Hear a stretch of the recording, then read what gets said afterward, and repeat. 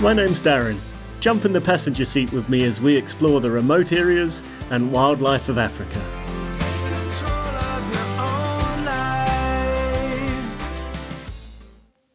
An eventful night, to say the least. The storm got about halfway to where I was, and wow, what a show! Fantastic lightning.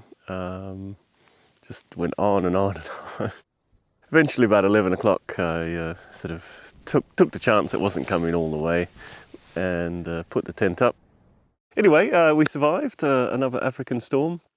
This is one of the reasons why you'd normally come to this region during the winter season rather than the rainy season. It's a bit less dramatic. A big ball of orange torches about to come over those hills any minute now, and a new day will have arisen. Happy to be at Rooidrum. I have a couple of stories associated with this place. And I'm going to go and cook some breakfast and get ready to leave. And then when the sun's up, I'm going to talk you through a couple of those.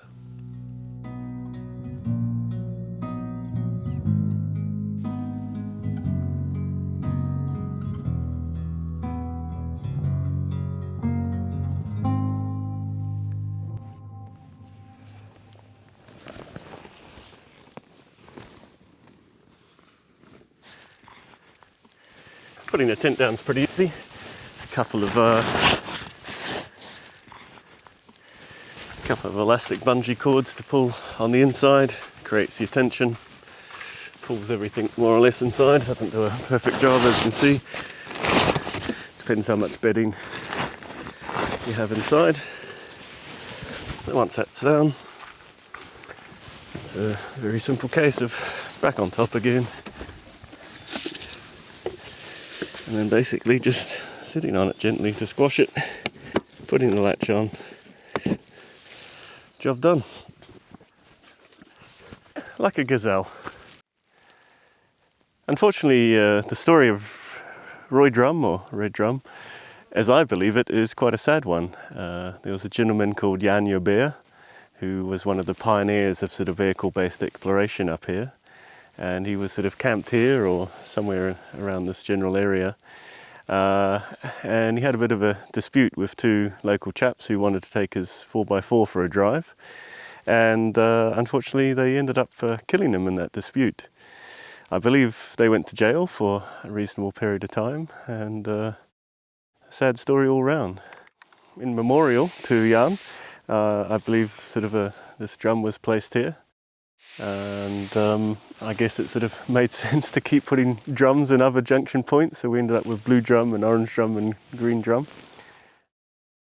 But a sad story, really. Yeah, and my understanding, and please correct me in the comments and put links to a fuller story. My understanding, as I said, he was one of the pioneers of vehicle-based exploration up here. So these tracks we're driving today and the things we are exploring and the maps we have, down to people like him. So thanks, Jan, mate. Thanks, eh?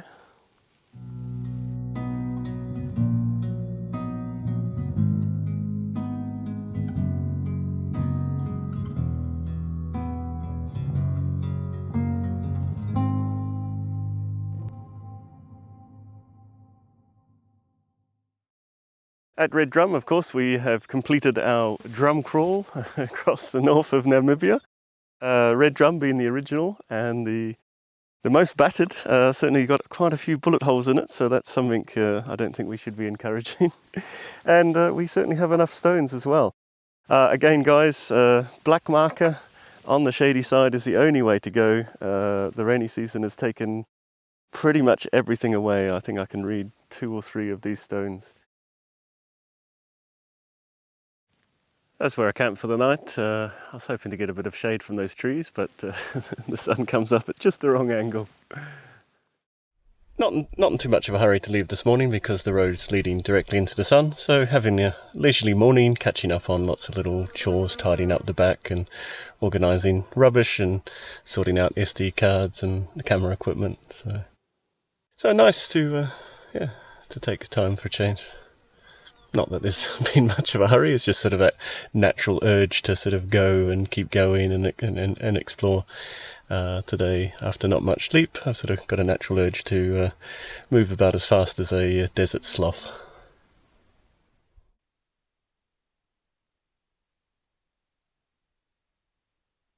My first Rooidrum story starts off with when I arrived here 10 years ago.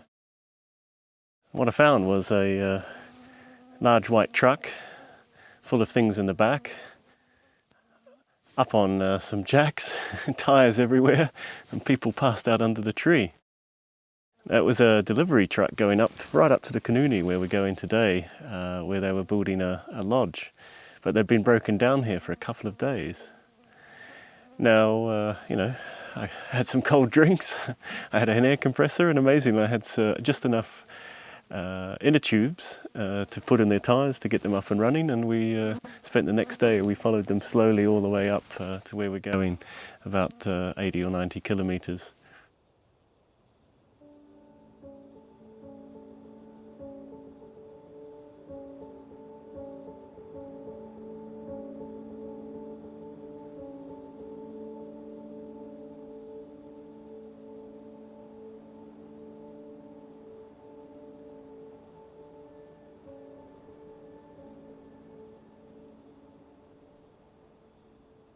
I remember they were pretty desperate. They'd been here a couple of days, they were tired, hungry, thirsty.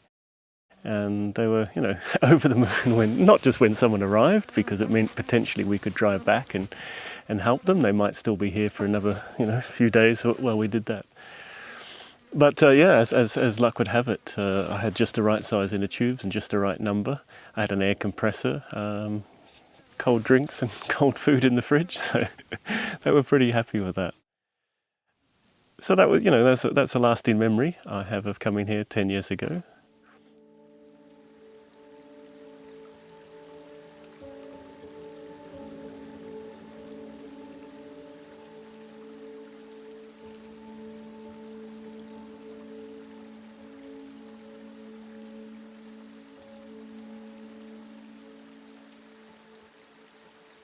My second story to do with Rooidrum is actually more recent. It's only sort of 6 or 7 months ago. I was 10 kilometres down to the south, and we came down what's called Joubert's Pass.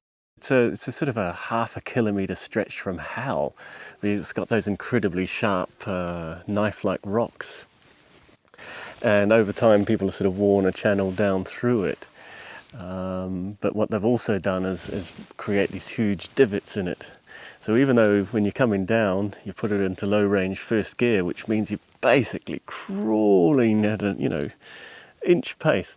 Because of these large divots, you sort of fall into each one, and the vehicle starts to sort of bunny hop because it's got this weight that it can't stop.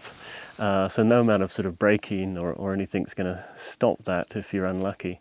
So that's what's happened to me, and unfortunately, much to the pleasure of many of my overland friends, because in 6 years of driving my Land Rover around Africa, I've never had a serious mechanical breakdown until that day.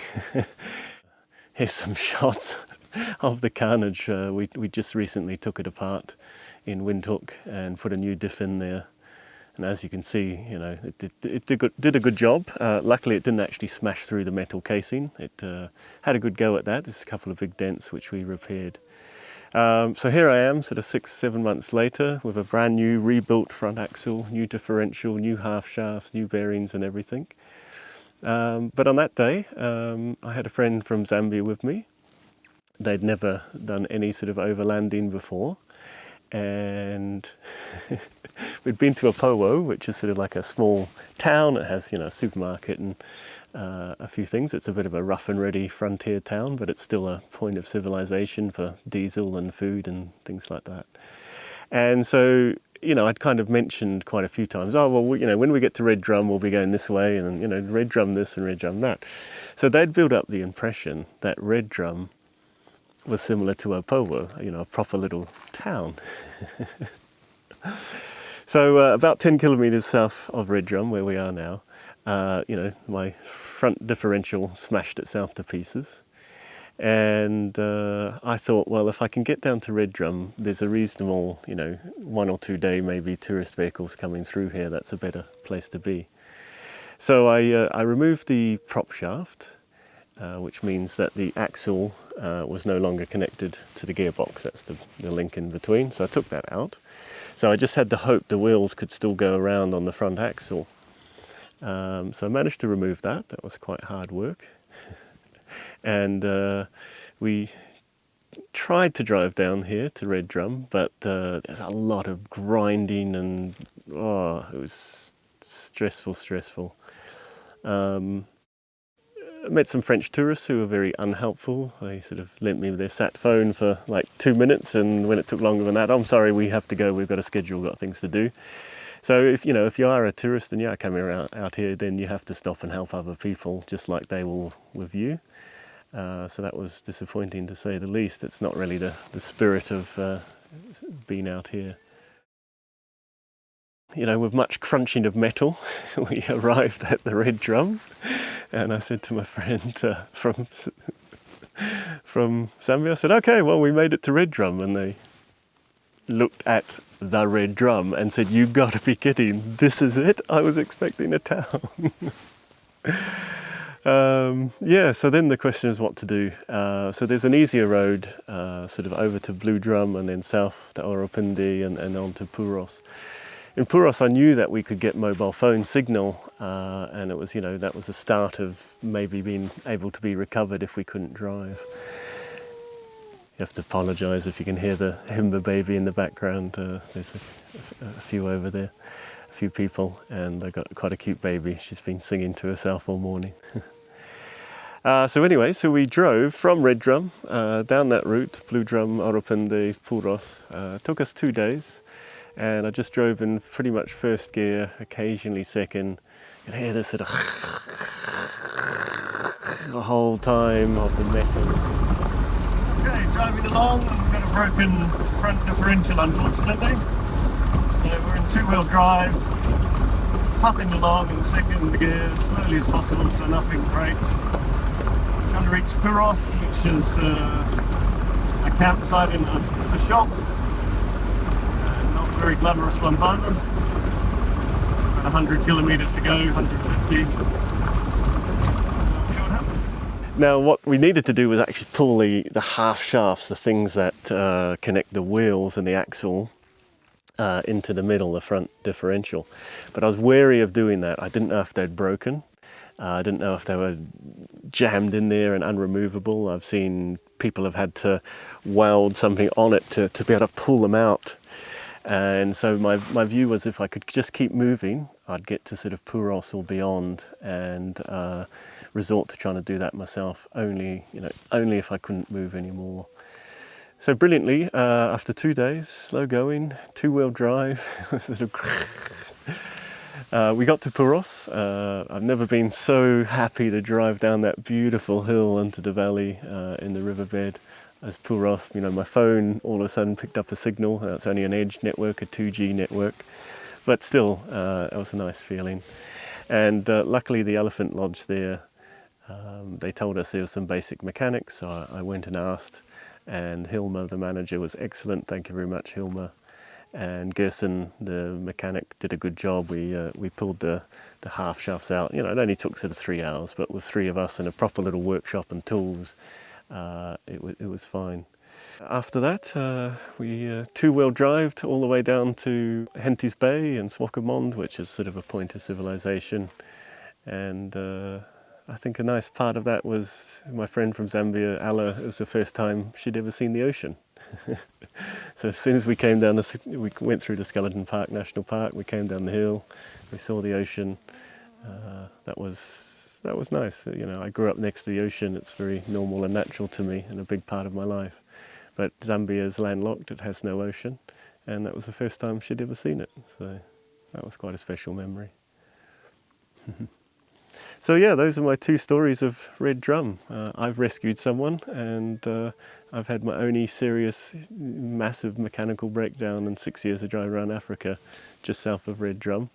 and managed to massively disappoint a Zambian who thought she was going to get a hotel and a nice cafe restaurant at Rooidrum. So, okay, well let's hit the road. The sun's come up high enough, so let's get into Marienfluss and see if we can reconnect with the other end of that mountain pass that we couldn't get over yesterday, or chose not to come over wisely, I believe.